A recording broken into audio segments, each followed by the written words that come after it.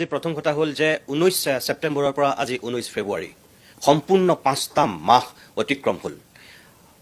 এই 5টা মাহত যদি আমি চাওঁ তেনেহ'লে দেখিম যে প্ৰথম যেতিয়া চাৰ্জশ্বিট দাখিল হৈছিল 3 মাহৰ ভিতৰত চাৰ্জশ্বিট দাখিল কৰিম বুলি চৰকাৰে কৈ আছিল, SITয়ে কৈ আছিল যে আমি 3 মাহৰ ভিতৰত 90 দিনৰ ভিতৰত যেহেতু চাৰ্জশ্বিট দিব লাগে আমি চাৰ্জশ্বিট 3 মাহৰ ভিতৰত যেনেকৈ হ'লেও দিম। অৰ্থাৎ জুবিন গাৰ্গৰ মৃত্যুৰ 19 ছেপ্টেম্বৰৰ পৰা আমি যদি চাওঁ তেনেহ'লে 18 ডিচেম্বৰৰ ভিতৰত চাৰ্জশ্বিট দিম বুলি কৈ সঁচাকৈ SITয়ে চাৰ্জশ্বিট দিছিল। আৰু সেই ডেটটো আছিল কেতিয়া? 12 ডিচেম্বৰ। 12 ডিচেম্বৰত চাৰ্জশ্বিট দিয়াৰ পিছত যেতিয়া প্ৰথম সেই আদালতত সেই চাৰ্জশ্বিট যেতিয়া উত্থাপন হৈছিল সেই ডেটটো কেতিয়া আছিল? তাৰ 4 দিনৰ পিছত 16 ডিচেম্বৰত CJM আদালতত 16 ডিচেম্বৰত প্ৰথম চাৰ্জশ্বিট উত্থাপন কৰা হৈছিল। আৰু CJM আদালতত উত্থাপন হোৱাৰ পিছত যিটোক আমি ফাৰ্ষ্ট শুনানি বুলি ক'ম সেইটো কেতিয়া? ছেছন কোৰ্টলৈ যেতিয়া হস্তান্তৰ কৰা হৈছিল CJMৰ পৰা। ছেছন কোৰ্টত শুনানি কেতিয়া আৰম্ভ হৈছিল সেই ডেটটো যদি আমি চাওঁ তেনেহ'লে দেখিম যে তাৰ পৰা 5 দিনৰ পিছত 22 ডিচেম্বৰত প্ৰথম শুনানি আৰম্ভ হৈছিল মানে ছেছন কোৰ্টত। সেই 22 ডিচেম্বৰৰ পৰা আজিৰ দিনটোলৈকে আমি যদি চাওঁ কেইটা শুনানি হ'ল তেতিয়াহ'লে প্ৰথম শুনানি 22 ডিচেম্বৰত, দ্বিতীয় শুনানি হৈছিল 3 জানুৱাৰীত, তৃতীয় শুনানি হৈছিল 17 জানুৱাৰীত, চতুৰ্থ শুনানি হৈছিল 22 জানুৱাৰীত, পঞ্চম শুনানি হৈছিল 30 জানুৱাৰীত, ষষ্ঠ শুনানি হৈছিল 13 ফেব্ৰুৱাৰীত আৰু এতিয়া সপ্তমটো শুনানি হৈছে যোৱা 16 ফেব্ৰুৱাৰীত। এই যে ইয়াৰ এই 7টা শুনানি হৈ গ'ল, এই 7টা শুনানিত মই অসমৰ দৰ্শকসকলক ক'ব বিচাৰোঁ, অসম চৰকাৰক মই ক'ব বিচাৰোঁ, এই 7টা শুনানিত আমি কি দেখিবলৈ পালোঁ? জুবিন গাৰ্গৰ পৰিয়ালে, জুবিন গাৰ্গৰ অনুৰাগীয়ে, জুবিন গাৰ্গৰ ফেন ক্লাবৰ পৰা আৰম্ভ কৰি লাখ লাখ জুবিন অনুৰাগীয়ে কি পালে এই 7টা শুনানিত?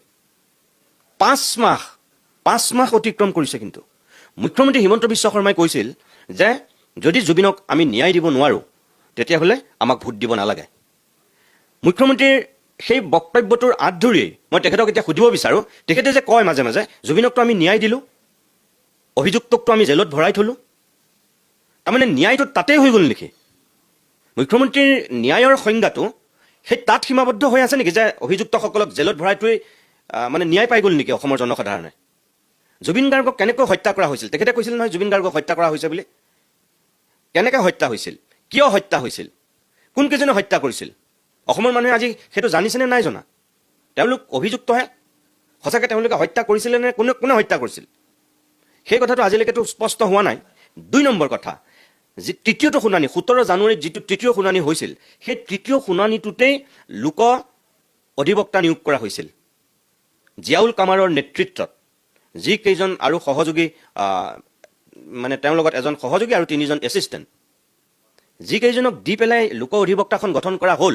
তেতিয়াৰ পৰাতো পৰিয়ালৰ লোকে দাবী কৰি আহিছে, জুবিন অনুৰাগীয়ে দাবী কৰি আহিছে, গৰিমা গাৰ্গৰ পৰা পামী বৰঠাকুৰলৈকে যদি আমি চাওঁ তেনেহ'লে প্ৰত্যেকেইটো দাবী কৰি আহিছে যে এনেকৈ নহ'ব, যে ফাষ্ট ট্ৰেক আদালত গঠন কৰক আৰু ফাষ্ট ট্ৰেক আদালতৰ যোগেদি জুবিনৰ ন্যায় প্ৰক্ৰিয়াটো ত্বৰান্বিত কৰক। কিন্তু আজি 5 মাহতো কিয় ফাষ্ট ট্ৰেক আদালত গঠন নহ'ল?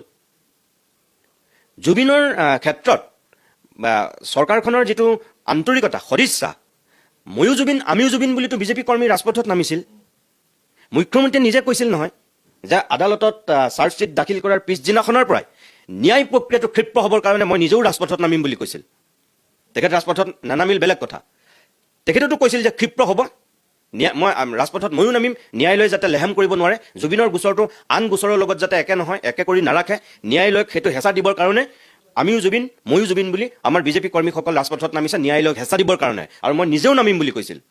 এতিয়া কথা হ'ল যে সেই আন্তৰিকতাটো ইমান দিনে পৰিয়ালে কৈ থকা ফাষ্ট ট্ৰেক আদালত দাবী কৰি থকাটো আজিলৈকে 5 মাহলৈকে চৰকাৰখনে কিয় গঠন নকৰিলে? মুখ্যমন্ত্ৰী মহোদয়ৰ প্ৰতি মোৰ এইটো প্ৰশ্ন।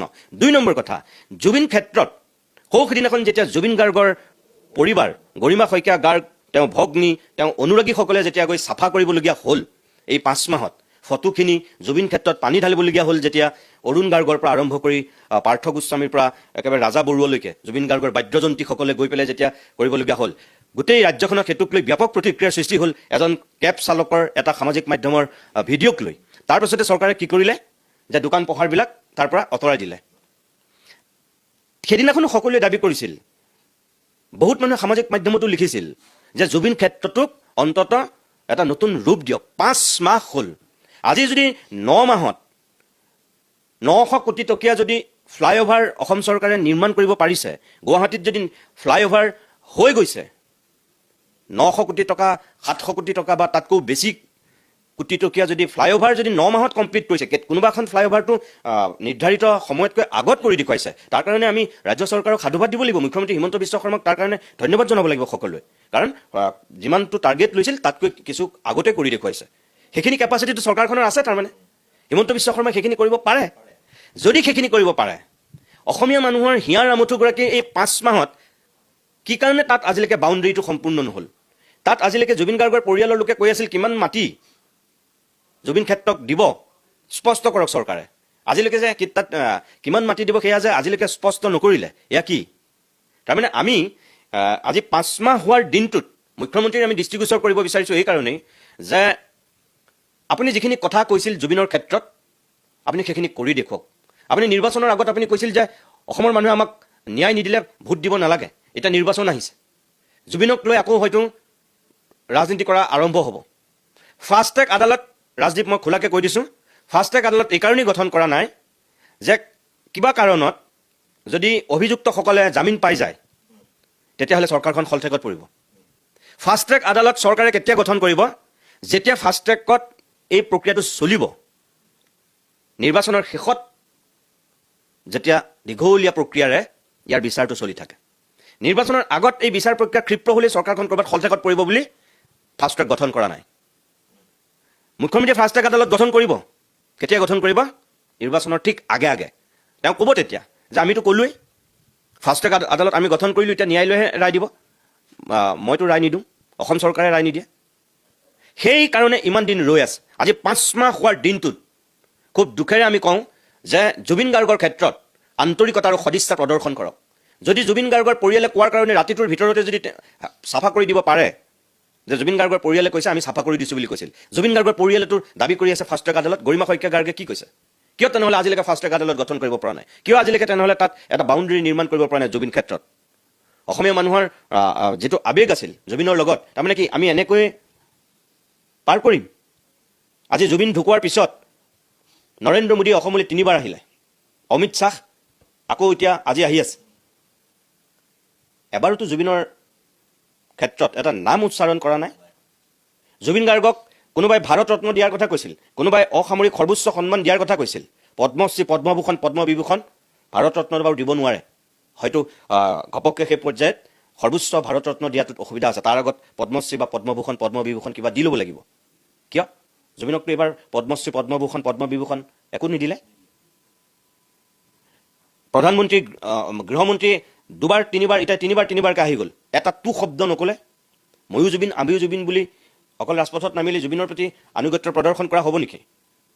নহ'ব। সেইটো কাৰণে মুখ্যমন্ত্ৰীৰ প্ৰতি আমাৰ আহ্বান যে সঁচা আন্তৰিকতা প্ৰদৰ্শন কৰি আজি আপোনালোকৰ চৰকাৰৰ অন্তিমখন আজি বিধানসভাৰ অধিৱেশন শেষ হৈছে। এতিয়া নিৰ্বাচনৰ ইয়াত বিষয়াসকল মুখ্য নিৰ্বাচনী আয়ুক্তৰ পৰা আটাইকেইজন সদস্য, এই 5জনীয়া সদস্য অসমলৈ আহি উভতি গৈছে। কাইলৈ পৰহিলৈ নিৰ্বাচনৰ দিন ঘোষণা হ'ব, তাৰপিছত এই বিষয়টো তল পৰিব। তাৰমানে আমি এনেকৈ কি জুবিনৰ ন্যায় পাম? অসমৰ দৰ্শক, অসমৰ ৰাইজক মই এইটোৱে ক'ব বিচাৰিছোঁ যে জুবিন গাৰ্গৰ ক্ষেত্ৰত কি আমি এইখিনিয়ে বিচাৰিছিলোঁ নেকি? জুবিনৰ ন্যায়ৰ ক্ষেত্ৰত 5 মাহত এইখিনিকে আমি আশা কৰিছিলোঁ নেকি? চৰকাৰখনে এইখিনিয়েই জুবিনৰ ন্যায় দিলে নেকি? ইয়াতেই চৰকাৰৰ দায়িত্ব আৰু কৰ্তব্য শেষ হ'ল নেকি? অসমৰ ৰাইজে এইখিনি বিচাৰ কৰিব।